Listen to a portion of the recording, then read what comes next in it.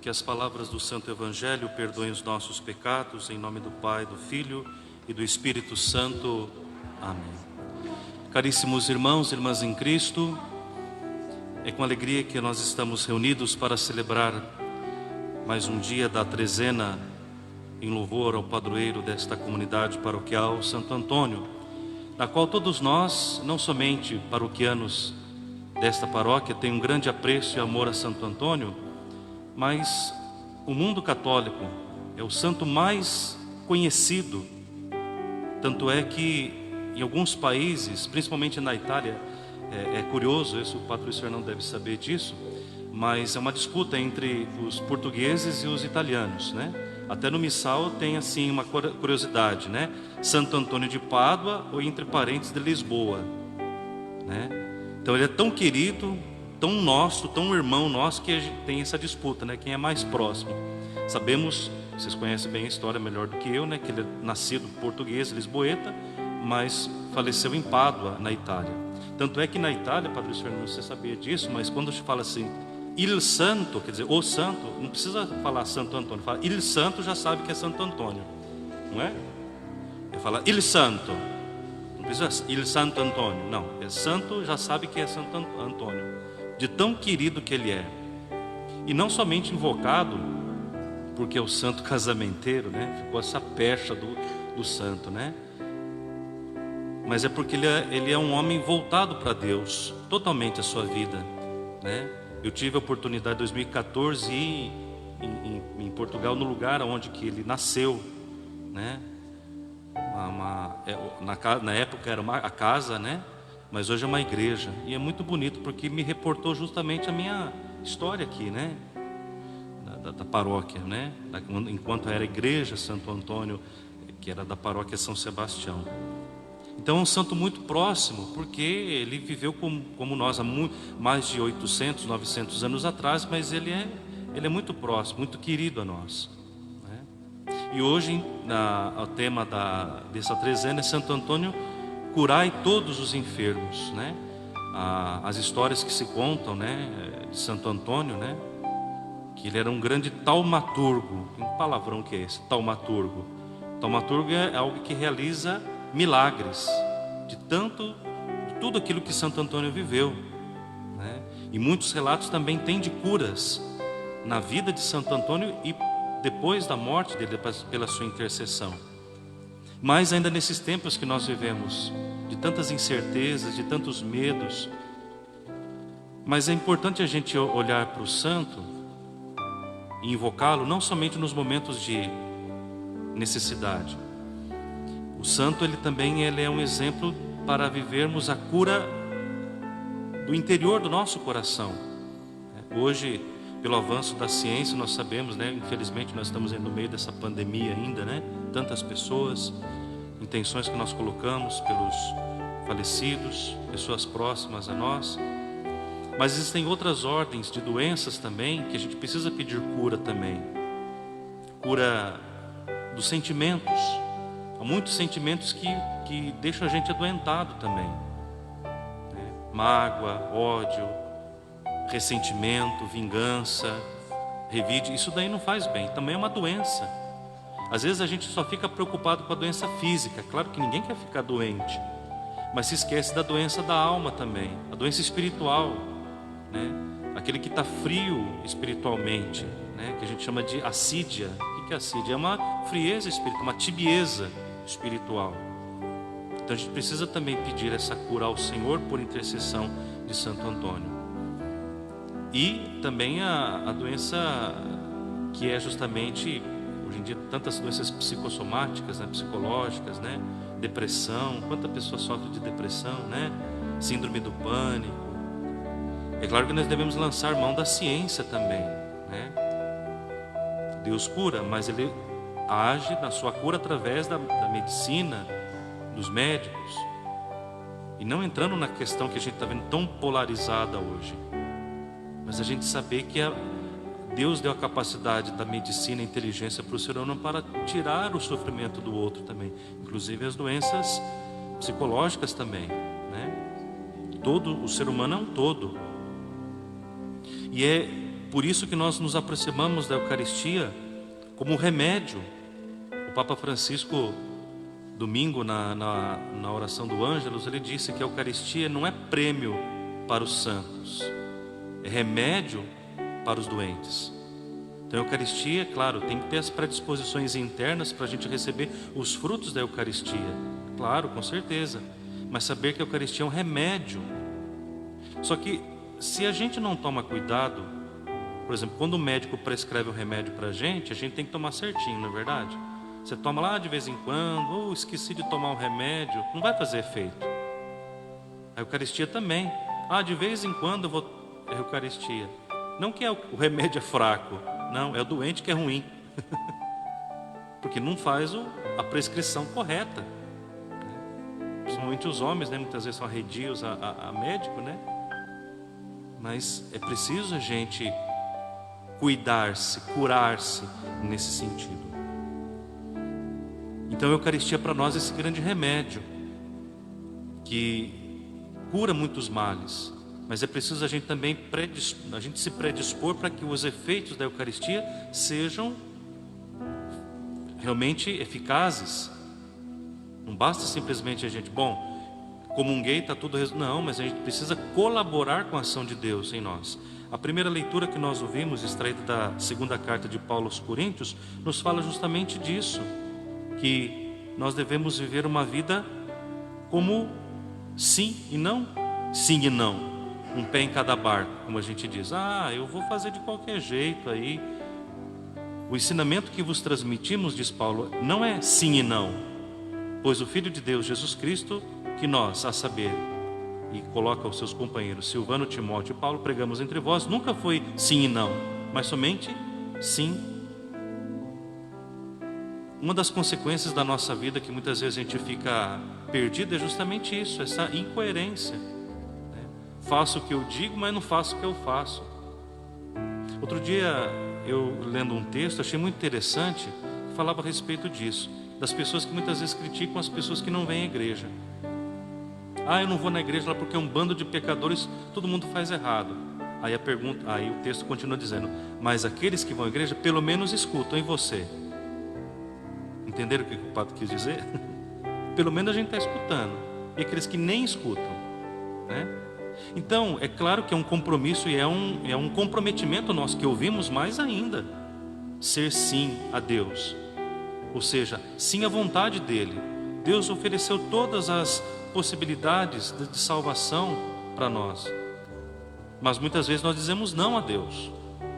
Então a leitura do apóstolo quer nos ensinar justamente que Ele nos escolheu e nos fez seus filhos através do santo batismo, e nos marcou com o seu selo e nos adiantou com este Espírito derramado em nossos corações. Então nós não valemos pouca coisa, nós valemos muito. Mas é preciso que a gente viva uma vida de coerência, de ser sim a Deus, e não somente por ouvir dizer, por palavras. Santo Antônio tem uma frase que até a gente sempre repete isso aqui, tem uns lemas na camiseta, né? Cessem as palavras e falem as obras. Santo Antônio, ele é um homem que viveu essa coerência de ser sim a Deus. Tanto é que ele é intitulado doutor evangélico. Por quê? Porque ele era um homem humilde e não se fazia de arrogante, porque era inteligente. Deus lhe deu a graça da sabedoria, né? Mas ele colocou esta sabedoria, essa inteligência a serviço dos seus irmãos.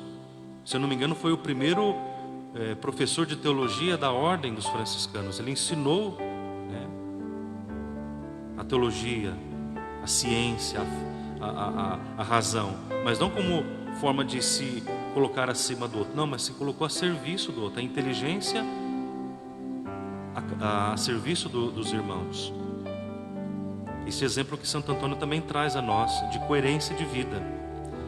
E o evangelho que nós ouvimos é a continuação do Sermão da Montanha, que é o grande ensinamento de Jesus no evangelho de Mateus, como o seu público-alvo, né? Os seus ouvintes, os seus leitores, eram judeus convertidos ao cristianismo e tinham a Torá, antes de se converter, os 5 primeiros livros da lei como importante. A Torá são os 5 primeiros livros. E no discurso de Mateus são também os 5 primeiros livros, os discursos, os grandes discursos de Jesus. E um deles, o primeiro, é o Sermão da Montanha. Então, Jesus é o novo Moisés, que senta-se sobre a montanha para ensinar, ao alto da montanha para ensinar os seus discípulos. E hoje ele nos dá esse ensinamento que é muito conhecido nosso, uma comparação que Jesus faz aos discípulos e a nós, não somente aqueles que estavam ouvindo naquele momento, mas a nós. Vós sois o sal da terra. O sal, nós sabemos que ele tem uma capacidade importante, 2 capacidades, 2 características. Primeiro, de conservação. Quem é um pouco mais antigo, né, mais experiente na vida, lembra que não tinha geladeira, né? Não tinha geladeira. O que fazia conservar-se a carne, os alimentos? Era salgado, né? Colocava naquelas latas de gordura, de porco, não era assim? Deixava lá dentro e conservava, não tinha geladeira, né? Então o sal tem essa capacidade de conservar, de manter o alimento. Uma característica que também nós podemos interpretar desta palavra de Jesus: conservar a fé. O sal é um conservador da fé também, de conservar a fé, e que muitas vezes hoje nós queremos e nós vemos que vai não se conservando. Tantas coisas que vão tentando, né, não conservar. Tantas coisas que vão roubando, tentando roubar a nossa fé. A gente vê, é só sair, a gente vê quantas coisas aí, né? Discursos contrários. Isso é coisa retrógrada, coisa antiga. Não, isso é coisa de... Não. Nós somos chamados a conservar a fé. E aqui tem a outra característica do sal, de dar sabor, né? Que aquilo que o nosso Senhor falou: se o sal se tornar insosso, sem sabor, com que o salgaremos? Quem vai cozinhar sabe muito bem que o sal ele tem que ter um tempero. O tempero significa uma medida certa. Se coloca pouco, a comida fica sem graça, não tem gosto. Se colocar demais, quem tem pressão alta passa mal, haja água, né, depois, né? Então o sal ele é para realçar o sabor do alimento, né? Não é para se entupir de sal, né? Depois a pressão vai lá para cima. Mas a característica principal do sal é dar sabor. Se ele se torna insosso, o que serve? Senão para ser jogado fora e ser pisado pelos homens. Na antiguidade, um lugar que não era para nascer mais nada, eles jogavam sal. Onde se cai o sal, queima e não nasce mais nada. Por exemplo, lá na Terra Santa, em Jerusalém, tem o Mar Morto, né?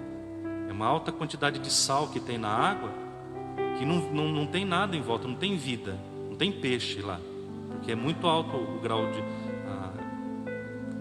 conservação de sal.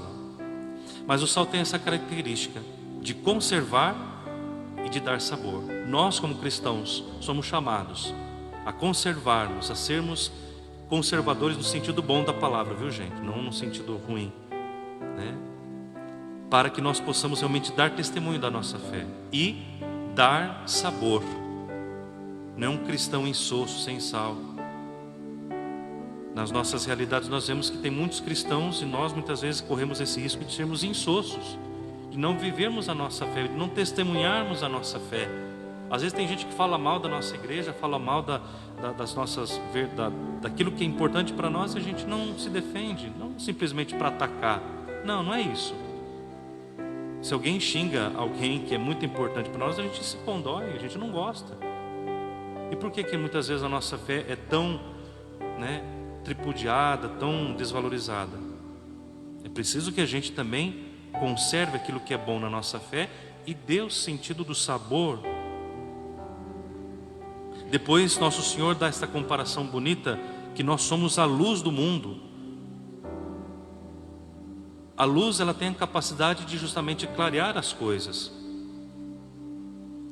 E nosso Senhor mesmo fala: ninguém acende uma lâmpada ou uma vela e coloca debaixo, ela tem que ser colocada em cima, para que ilumine a todos. A luz artificial é isso, é para iluminar, para clarear as coisas.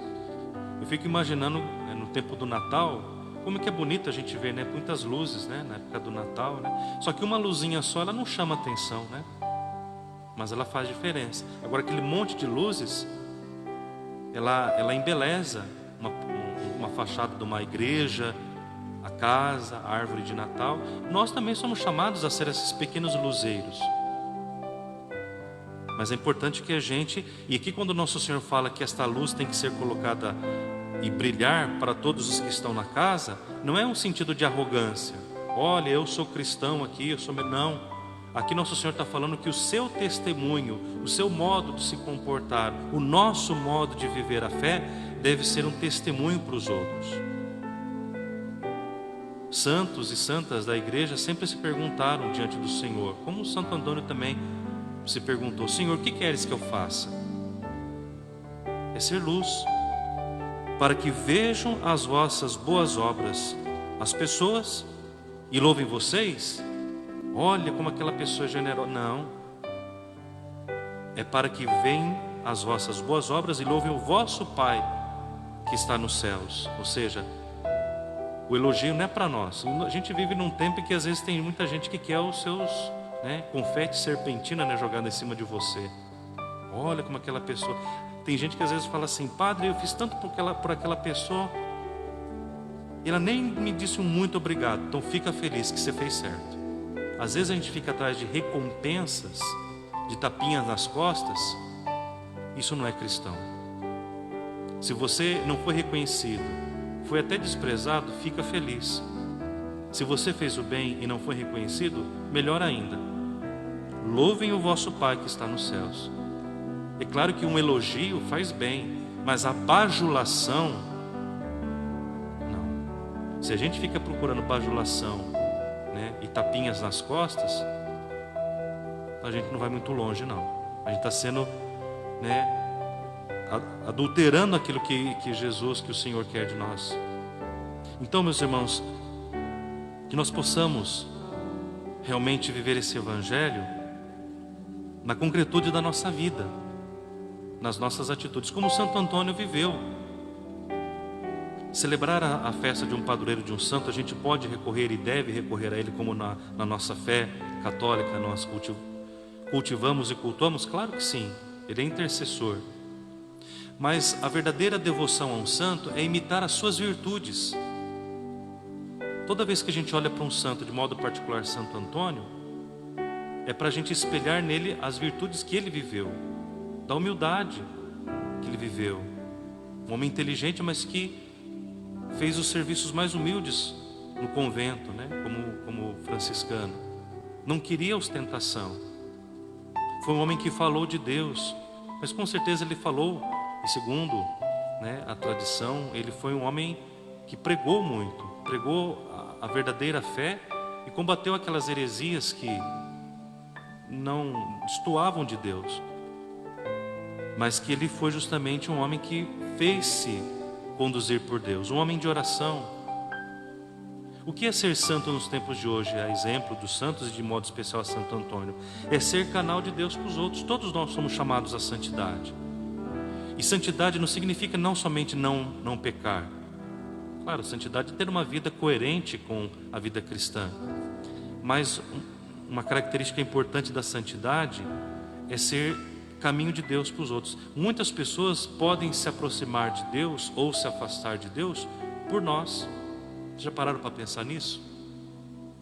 Se nós fazemos pelo nosso testemunho que as pessoas se aproximem de Deus, amem a Deus, vivam a vida de comunidade na igreja, por nossa testemunho, que bom, mas não precisa se aparecer. Agora pode ser que a gente afaste as pessoas também. Isso não é bom. Então peçamos essa graça ao Senhor, por intercessão de Santo Antônio, para nos curar de um dos piores males que nós cristãos vivemos, uma doença que é a incoerência, que é dizer e não fazer.